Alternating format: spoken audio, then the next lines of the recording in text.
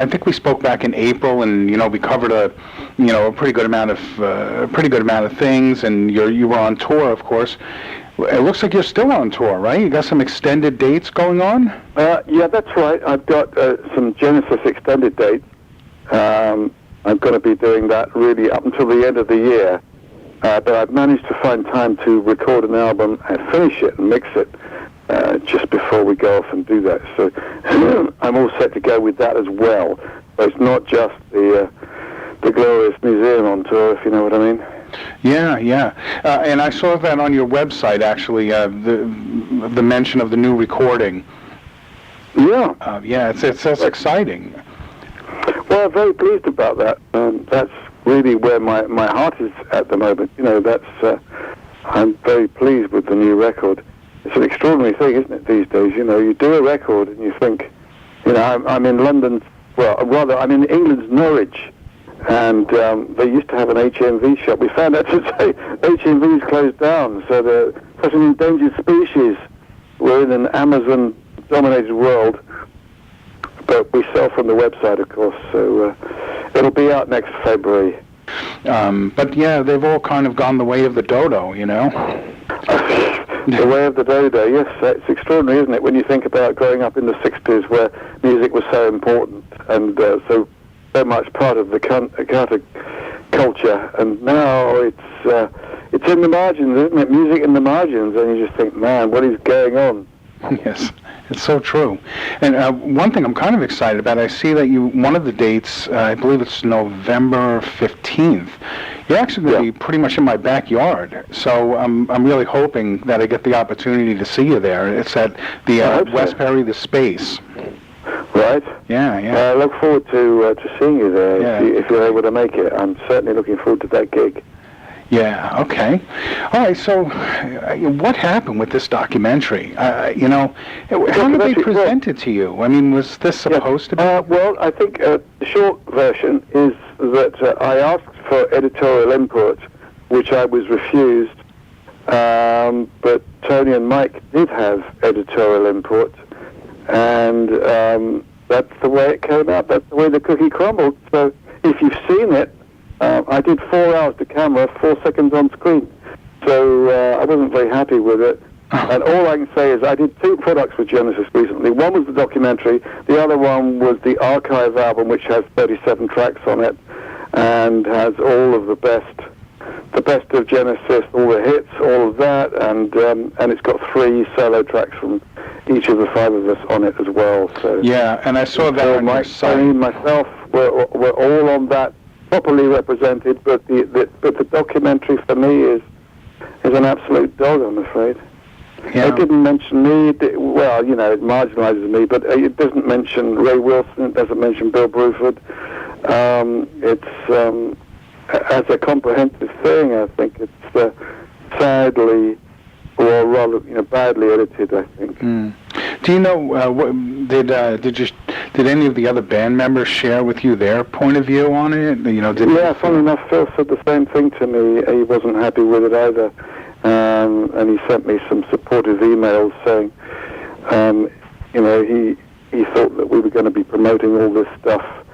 He said I naively thought that we were going to be promoting this stuff together. So I was asked to create time to promote this stuff with everybody and do this, that, and the other, and this and that TV show and all that. And then at the last minute, it was, hey, no, we don't need you to do that.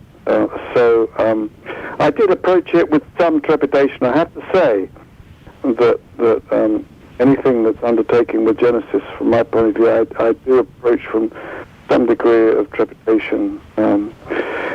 For good reason, which is why I'm out there doing my own version of it, frankly. It doesn't fall between the cracks, and there are no politics. The star of the show is the music, which is how it ought to be. There's no one out there from Genesis doing this stuff, and so I think I'm the nearest thing. I couldn't agree more with that, which makes it even more surprising that less time would be given in the documentary. I mean, you've literally taken the torch, and... well, I have taken the torch, and, maybe that's the reason. It's possible. I don't know. You know, I can't vouch for others. All I can say is I asked for editorial input with the director, and I was refused it. But other people did have editorial input, so you had to figure out the politics of that one. Yeah. I frankly, I wish I hadn't been asked to take part in the documentary at all. Very happy to be part of the album, part of the 37 tracks that are on the album. I think that's extremely comprehensive and balanced. But I think this other thing is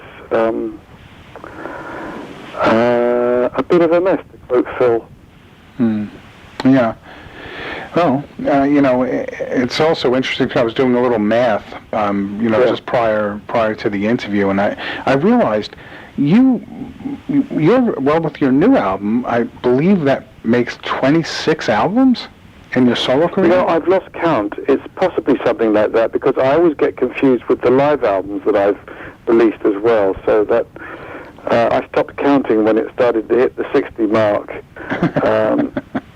But studio albums, you're probably right. I probably ought to count them all. It's high time that I did. Well, I mean, if the count be true, and I believe it is, because I think I actually counted them off of your website. But that makes you by far the most prolific of the group. You know. Well, I always thought that if you had a musical idea, it wasn't a good idea if it festered and ended up with some stillborn child. You have to get it out there, and you can take two approaches to this. You can either wait for the conditions to be absolutely right, and once every 10 years do an album where you've negotiated your way to the top of the charts with it, or you figure, well, I could maybe do 10 products in that time. Some years I've released more than one album, if I've done a rock album and a classical one or an acoustic one, because I love doing all kinds of music, and its performance in the marketplace is secondary to the pleasure I get doing it in the first place. Yeah.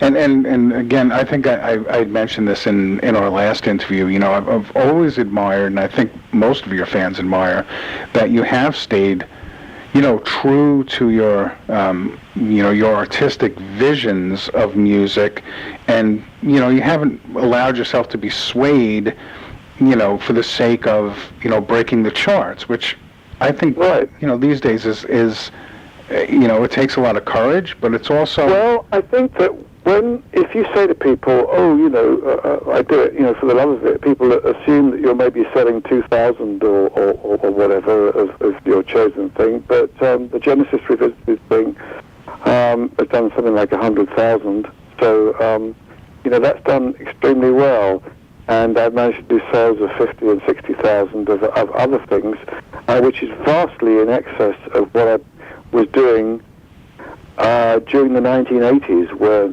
music seemed to be, on one level, it was being extolled, the virtues of it, and you could buy it on every street corner, but at the same time, people who were in the progressive field felt that style of music, or that style that involved all the other styles, was becoming marginalized in favor of something a more corporate or more digestible.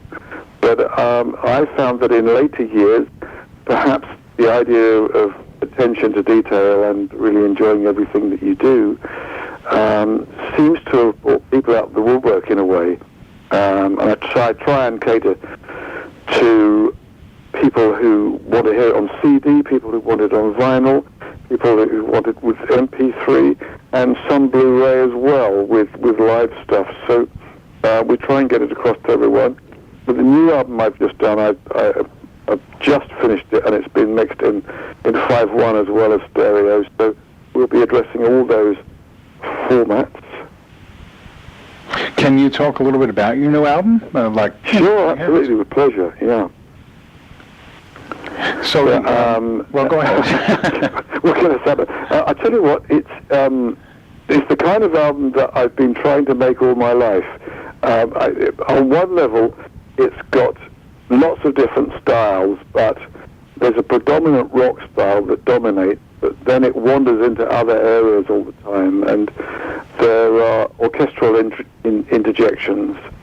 I say, the nearest thing would be loving what the Beatles did with the orchestra on Sgt. Pepper, A Magical Mystery Tour, and I Am the Walrus, where suddenly the orchestra take it for a few bars. So we've got lots of that, and sometimes it's a straight orchestra, and other times it's an orchestra playing in an Indian or Arabic style, and there's Arabian oud on it, and there's the tar from Azerbaijan, there's the duk from Armenia, all these other things. But it's a rock album.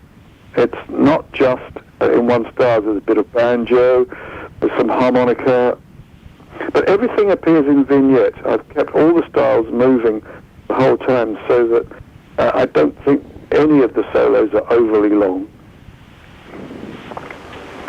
Are there any? Who are some of the guest artists? Oh, I'll tell you who's on it. There's Chris Squire. There's Nick Beggs. Let me see. Amanda Lehman. Gary O'Toole. Roger King. Hugo Degenhardt, who worked with me many years ago on drums on one track. And I've got my wife singing along with me on it, on one or two things. Oh, how interesting.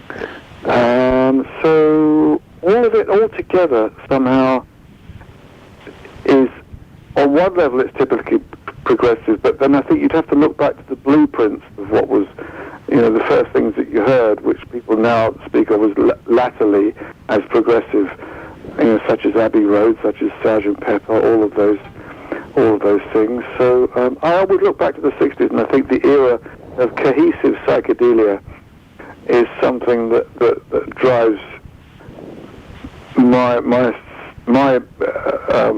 way of looking at sound, if you know what I mean. I mean, not lyrically. I'm telling stories, and I'm straight as a die on this. I'm not out of my brains on any magic mushrooms. Yeah, it's fun. I just did an interview with Steve Hillage a few weeks back, and we had an extensive conversation about psychedelia and that whole Canterbury movement, and we were just it's funny. It seems it's they call it retro now, of course, but in truth, there's still so many elements of that style that were not explored, that are just as fresh today as they ever were.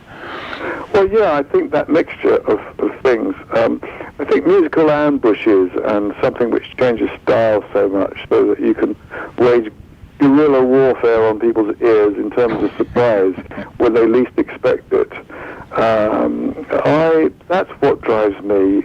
Just when you think, oh, it's going to sit like that, it's going to stay like that, we're going to get a whole album of this. Wrong. You might get 30 seconds of it, but then it moves on. And I think that's a lot of what drove psychedelia, or the best of it. Yeah. So I like my music to be as weird and wonderful, but maybe a tad more cohesive and focused, perhaps. Well, three songs from each person on the R-Kive album. I saw your selections on there, and I was just wondering, it must have been so hard. Like, what was the original chop down list before you settled on those? Originally, Tony Smith, the Genesis manager, had suggested that I have a Richie Havens track and one or two hit singles, but I didn't find that really typified most of what I do, much as I love those things. So I chose Something from Acolyte, the very first track, which had Mike and Phil playing on it, Mike Rutherford and Phil Collins on it. And I was proud of that, the very first track on my first solo effort from 1975. Yeah, that album is such a beautiful album, Steve. It really is. I had a great time doing it. I mean, when I listen back to it now, I think, oh, well, I wouldn't make an album like that now because it was a product of its time, and there's a difference between being 25 as I was then and 64 as I am now. But then the other track was Every Day, which is something I still include in my live set when I'm playing solo material, and Nomads, which is off of Out of the Tunnel's Mouth, which has a more flamenco orientated thing, so I get a chance to show off on nylon guitar on it. I'm really pleased with that album, and I love listening to everyone's selections on it. I mean, it's lovely to be on the same album where Peter Gabriel's got Salisbury Hill and Phil's got In the Air Tonight, and you've got Genesis hits on it as well. So that does feel very, very good, and it's got the album tracks that people were so keen on as well, Musical Box and many others. I was surprised to see the Peter Gabriel selections. I feel like there was a little bit of, I don't know, like almost what people would expect. Yes. Yeah, I think he with the body of work that he has, I think there's other things that, I think represent him as a solo artist probably better, but... Well, I know it's always a difficult call, isn't it? Because if you've got 3 tracks to choose from a lifetime of work, you cannot possibly please everybody with that. I mean, I really enjoyed Pete's third album, and I probably would have gone for something like No Self-Control. But obviously that was his choice, and Salisbury Hill is still a great tune with a great 12-string hook on the beginning from Steve Hunter. So that's really very good. Yeah, for sure. Good stuff. And Biko, of course, is the song that was so influential. I think with it's a song that made apartheid literally unhip. The fact that Pete was riding high at the time with that. It's strange when you think that was the album that marked his departure from Atlantic Records, who didn't get it. The rest of the music business got it. Strange that, isn't it? Yeah. And he moved to Geffen and came up with probably the most influential album of the decade in terms of what record production was to sound like. Ambient drums, compressed. That was the beginning of the change towards something more rhythmic rather than harmonic, where drums suddenly were king again. And it was that magic combination of Pete and Phil coming up with that together. So hugely influential for everybody. Yeah. As influential as the Beatle haircut back in the day. Yeah, it's funny that we're talking about that, because that whole decade of his releases. I'm going to be speaking on I think next week with Larry Fast, who was pretty deeply involved in that whole. That's right. Yes, I think Larry is still very rightly proud of that. I was talking to Larry at Nearfest some years ago, and he was saying how proud he was with some of the stuff, particularly on the track I mentioned. Yeah. Great on that. It was just an absolute production fest. You couldn't really tell what was playing what, and it was electronica at its best, I think. At its best, yeah, and I guess with all musicians, not just keyboardists, but probably more so with keyboardists, but the rigs were gigantic at the time. I mean, I think just for the keyboards alone, he must have had a whole trailer. The size of the things that Oberheim and that Moog. Back in the day, that's how keyboard players functioned. When I first joined Genesis, I was anxious to expand the keyboard arsenal because I knew that with a Mellotron we could give the Moody Blues and King Crimson a run for their money. Without it, sadly, yes, we're going to sound a little bit like Procol Harum because we've got organ and piano and some 12 strings, electric guitar. But to make the canvas, to expand it, was all important. But these days, of course, it's different. Back in the day, if you wanted to make another sound, you added, say, for instance, an RMI piano, which was the mainstay of much of Tony's work on Lamb Lies Down on Broadway. But if you wanted a different sound, you had to buy another piano each time and another keyboard. Right. Now, with the people I work with, it's normally two keyboards. In other words, they have a double manual thing, and to divide up the samples and patches, so you've got the ability to be able to do thousands of sounds. Yeah.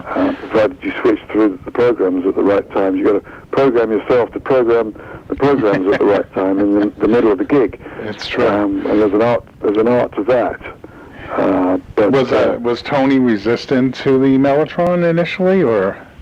I wouldn't say he was resistant to it. In fact, I said to the band when I first joined, look, I'm not really going to be happy till I've worked with the Mellotron. I think it can transform everything.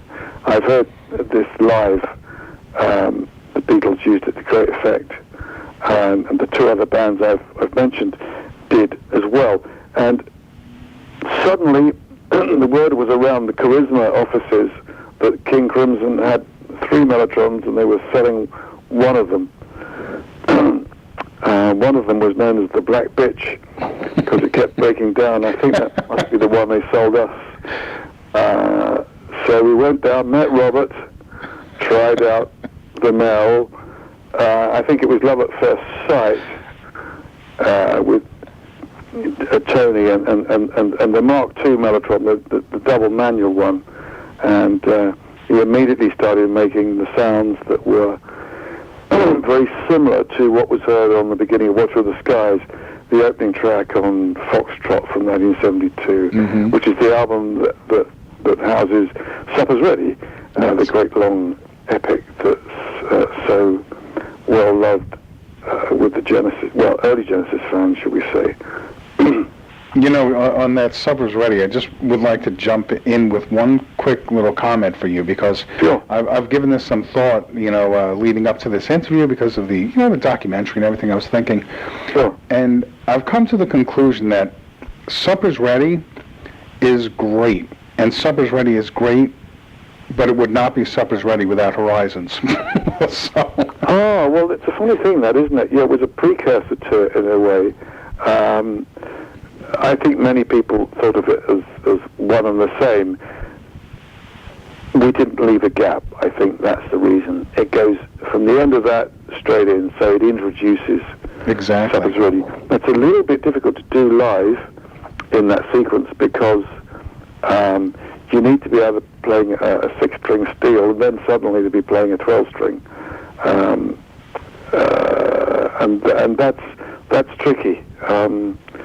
So no doubt there'll be a guitar builder out there or offer to build me just such a beast. But I've resisted playing double necks live. I don't think my poor old neck would take it, frankly. Yes. You need to be very strong to hold those things. It's people talked about having Les Paul back, through lifting heavy Les Pauls, and I was always prepared to do that. People were always amazed how heavy those small guitars were. But and if you dropped it on your foot, you'd definitely break a bone. But a double neck is something else. That's truly brutal. I think you Steve have to be a warrior amongst the infantry to be able to wield one of those things. And I have to say that Nick Beggs does a great job of doing that with our band live at the moment, as did Lee Pomeroy doing the Mike Rutherford role, which was the twin neck. You've got the bass and you've got the electric 12-string, but they always weigh a ton, those things. I noticed. I was watching a live performance of Yes.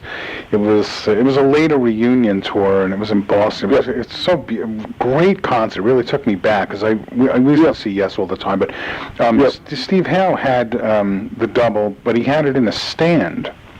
Yes. That must be very odd to play, but he's.